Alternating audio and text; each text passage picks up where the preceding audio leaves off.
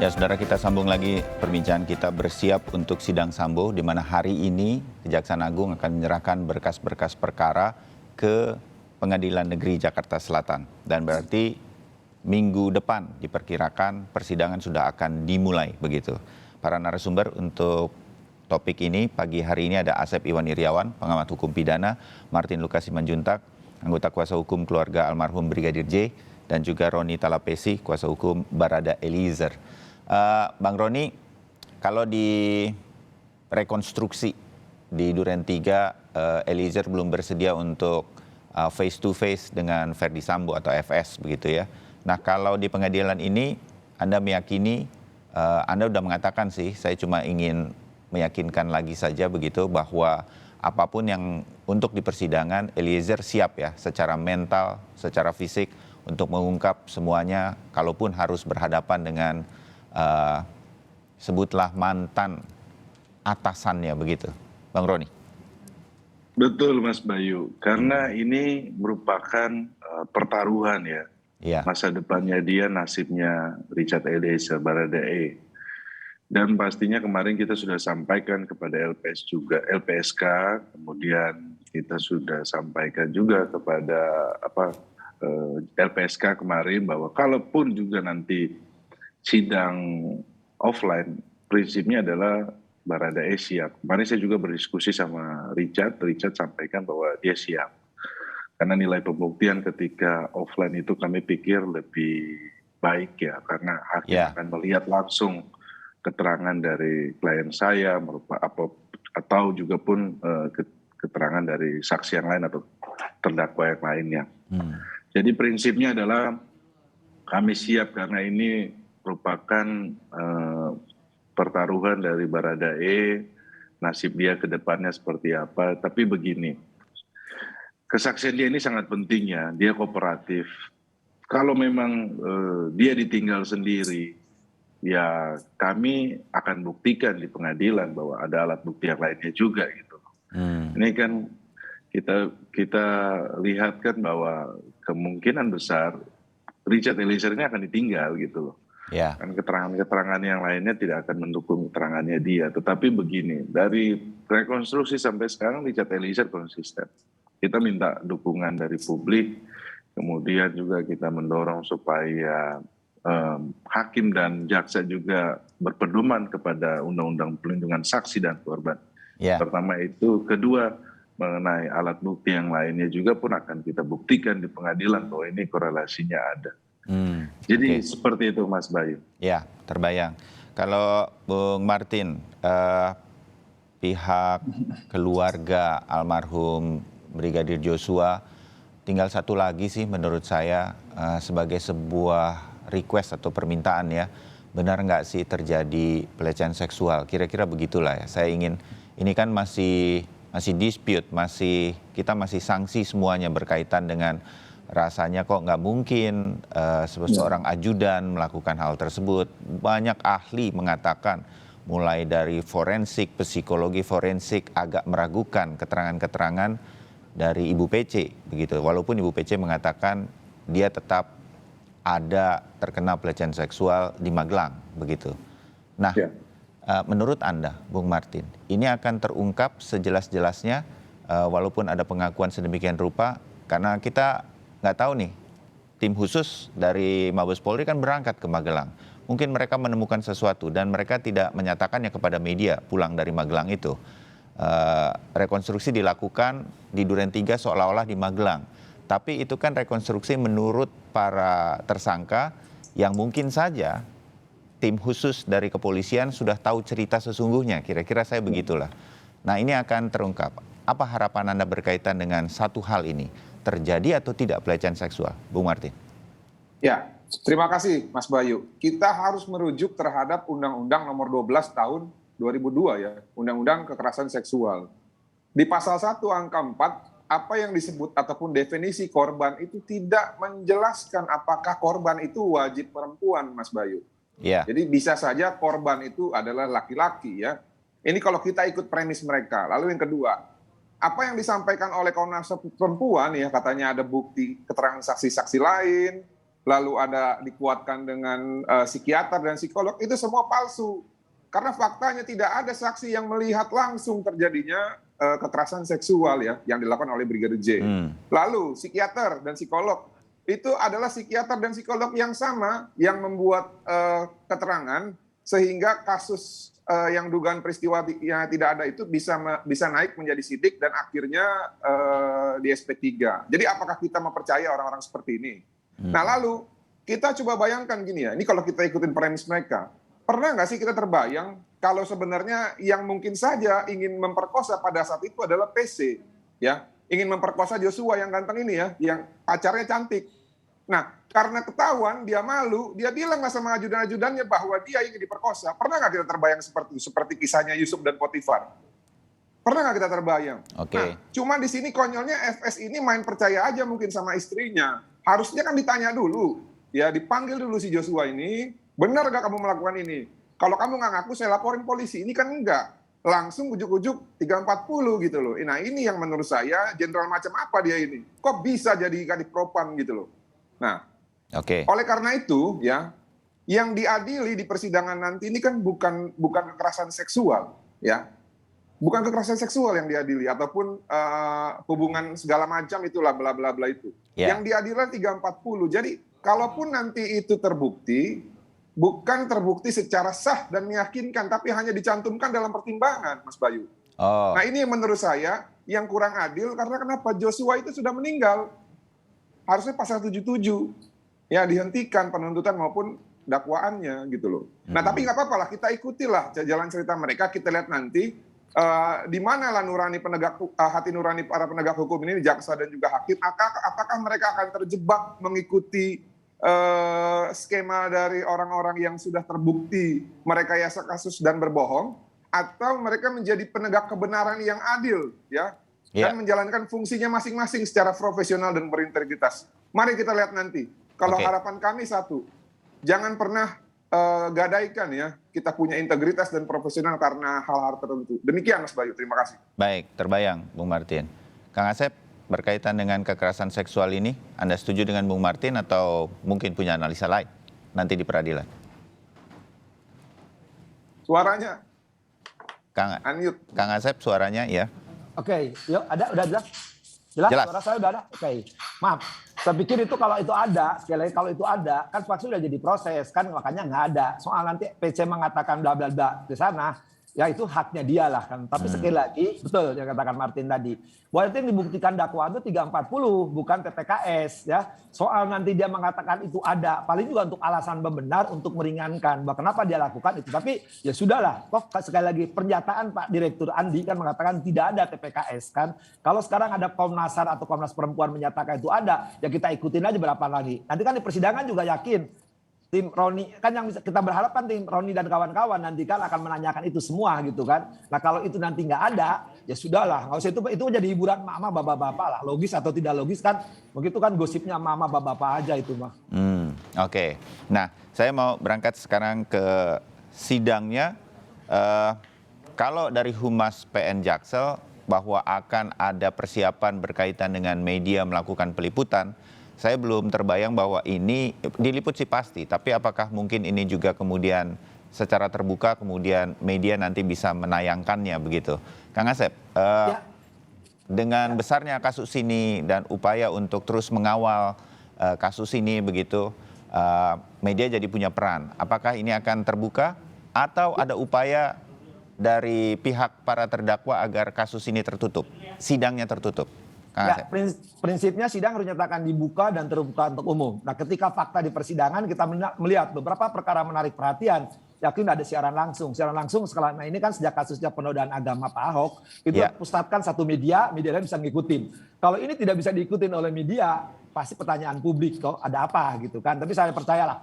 Tinggal sekarang masalah selatan ini, apakah 11 perkara ini akan disidangkan? Kan pernyataan Pak Fadil akan paralel. Kalau paralel 11 ruangan apa cukup atau memenuhi atau tidak?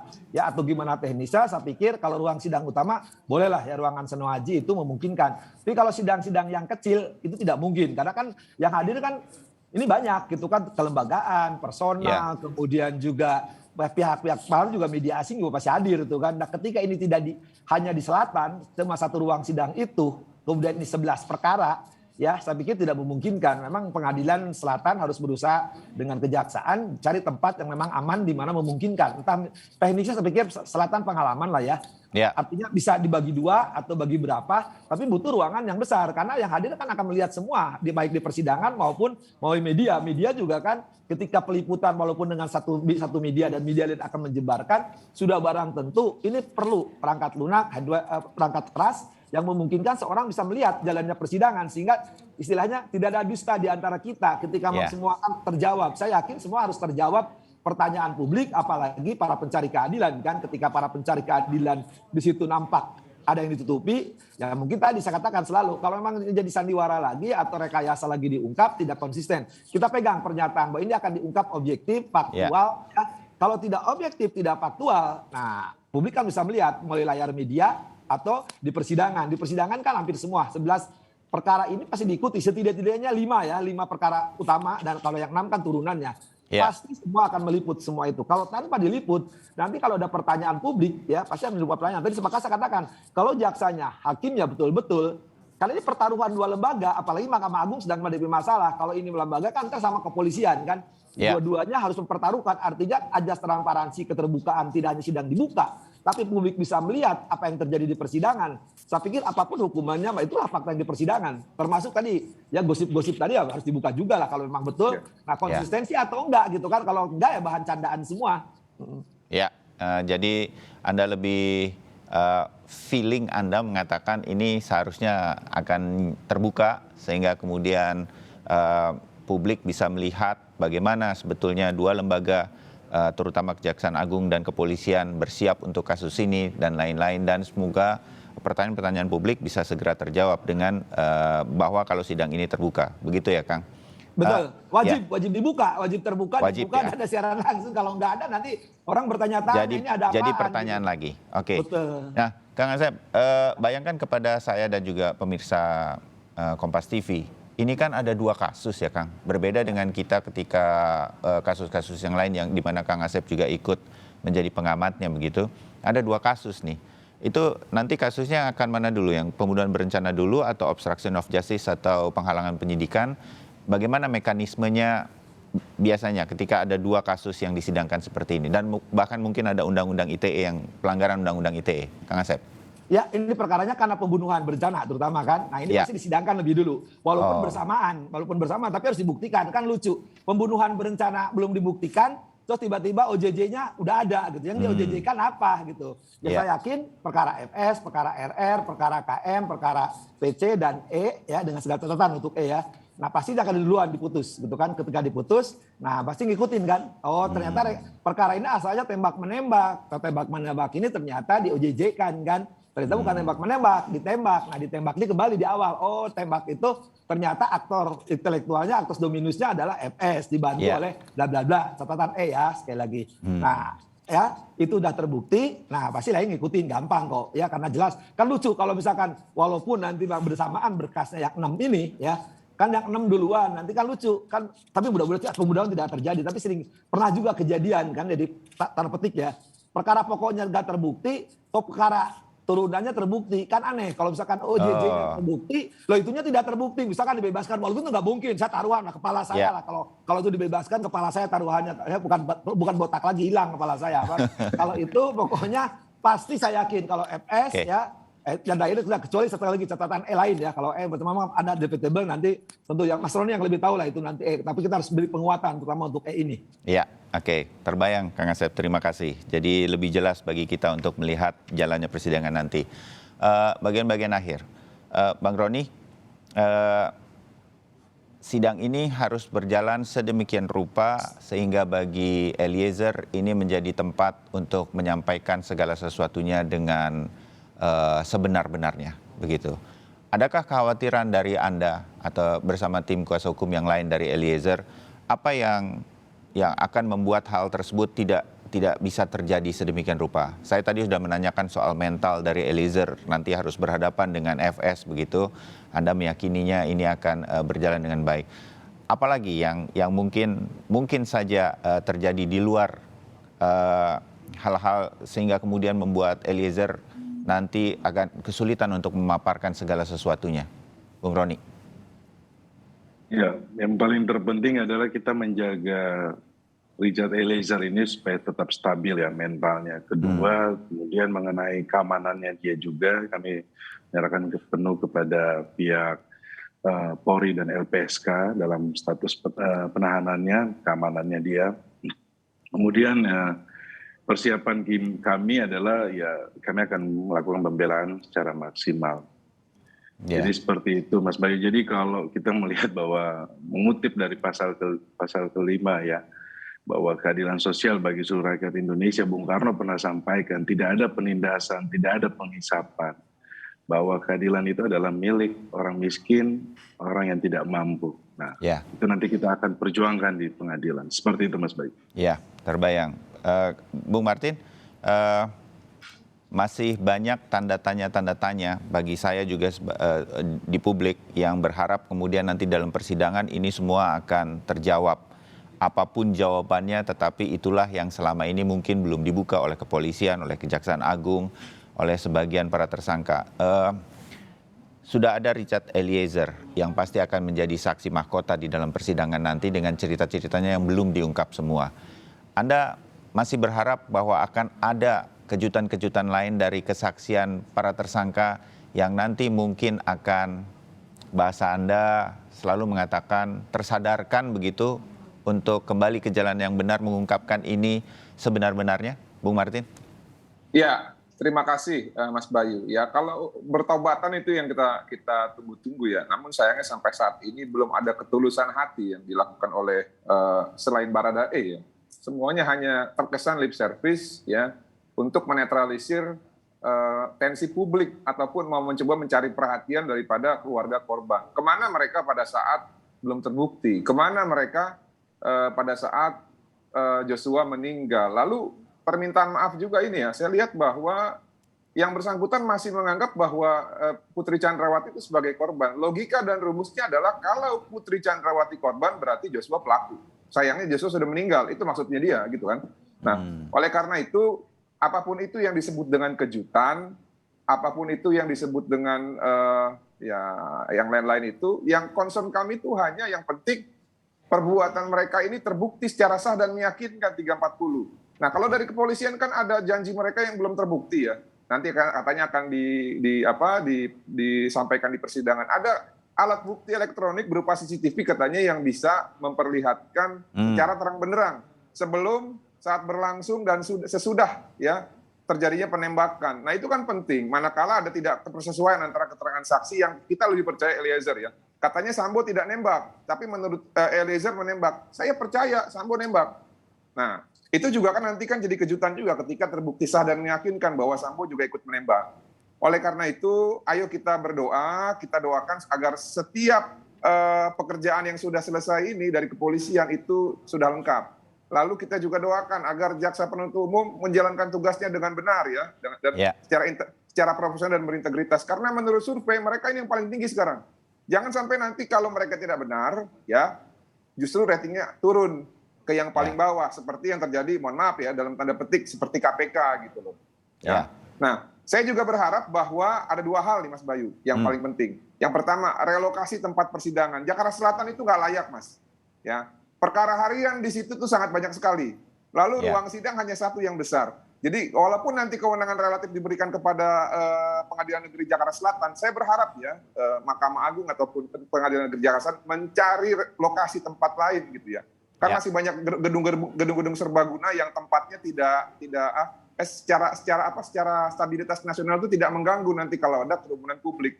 Nah, karena sudah ada ratusan ya perwakilan ormas yang menghubungi kami confirm akan hadir untuk mengawal persidangan baik ormas maupun orang per orang. Ini juga kan suaranya harus diakomodir. Lalu yang kedua, sidang ini wajib terbuka ya sesuai dengan azas hukum pidana terbuka untuk umum dan juga wajib diliput oleh media. Karena kasus FS ini bukan hanya milik FS dan keluarga almarhum Brigadir J doang. Ya, ini milik publik juga, milik orang-orang yang selama ini hak hukumnya terzolimi dan orang-orang yang peduli dengan kasus ini agar negara kita sesuai dengan amanat konstitusi pasal 1 ayat 3 adalah negara hukum. Ya, Jangan sampai negara ini menjadi negara kekuasaan ya atau makstat gitu loh. Nah, ya, untuk mengawalnya butuh social control ya. Social control yang paling dominan saat ini adalah yaitu viral, ya berarti harus diliput melalui media. ya, Untuk menjaga supaya jangan ada oknum-oknum yang nantinya kemungkinan akan bermain. Jadi biarlah rakyat terpuaskan dengan disajikan liputan persidangan. Itu aja Mas Bayu. Dan Ya. kita berharap yang terbaik dan hukum yang seadil-adilnya bisa tegak nanti di persidangan. Terima kasih. ya, sama-sama. Terima kasih untuk kewasan dari obrolan kita pagi hari ini berkaitan dengan tinggal menghitung hari. Kalau hari ini betul Kejaksaan Agung akan memberikan berkas perkaranya atau menyerahkannya kepada Pengadilan Negeri Jakarta Selatan. Sudah ada banyak usulan kepada Pengadilan Negeri Jakarta Selatan tadi berkaitan dengan apa yang kemudian harus disiapkan. Kita pasti akan bertemu lagi, Bung Martin, Bung Roni, dan juga Kang Asep. Siap-siap kita panggil ke Jakarta, Kang Asep ya, untuk Siap. kemudian mengikuti jalannya persidangan nanti. Terima kasih untuk saat ini. Kita tunggu bersama Terima persidangan. kasih Mas Bayu. Salam sehat, selamat pagi untuk Terima kita kasih semua. Pak Asep. Terima kasih Mas Bang Martin, Roni. terima kasih.